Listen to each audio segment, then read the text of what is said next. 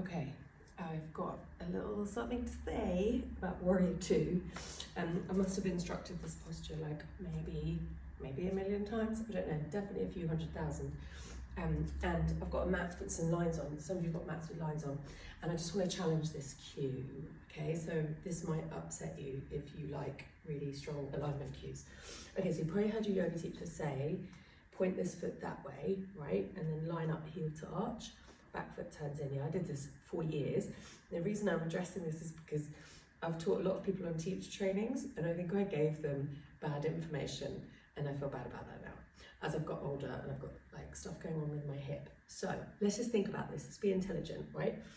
As you come down, if this hip is pushing forward, if you're pushing out and pushing and pushing and pushing, and this hip comes through, what you've actually got is the feeling of the bone like jamming into the hip, and then you've got this hip going that way, and the teacher's saying pull this knee out, right? And it's great cues in that one hip's rolling in, one hip's rolling out, ACE.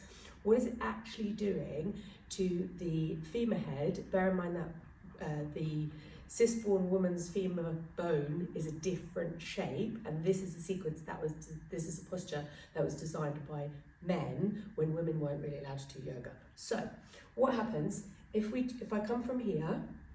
What happens if I just change the angle of this foot slightly?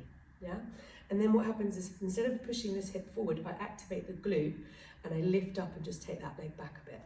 Now I can come down. I'm a little bit skew width. Yes, the teacher might not like it. The teacher might come and say, oh, you've got to go like that. Be the narrow target. Yeah, the essence of the posture. I'm challenging that for longevity. I'm challenging that for hip health. I'm challenging that for my female students who I've seen over the years really benefit from more of this kind of movement. Yeah, so more movement, less rigidity, more circles for the hips. Then we're doing warrior all day long. Switch sides. So once again, I thought that I wanted to address this because I keep talking about it, and it's like someone says, you should tell people that, should. I've taught in a lot of yoga teacher trainings, and I've given people cues that now I've got older, I'll be 48 next birthday, I'm realizing they're not always that helpful. And my biggest teachers over the years are my students. Yeah, so this is based on what I see on the mat and what people tell me over years and years and years of doing lots and lots and lots and lots of yoga.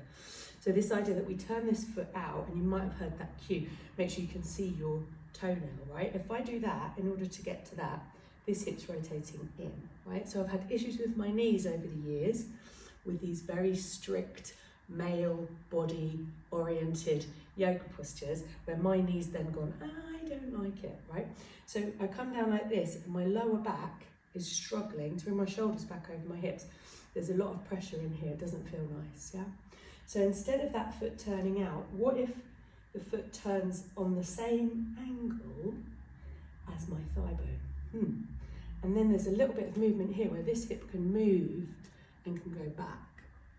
And then we've got just a bit more of a feeling of fluidity where we can get all the benefits of the posture. Opening, one hip's rolling in, one hip's rolling out, so there's that lovely juicy twisting thing that we can get. But if we just change the cue ever so slightly to this foot being in the same plane as the thigh, maybe this hip draws back a little bit, now we can come down.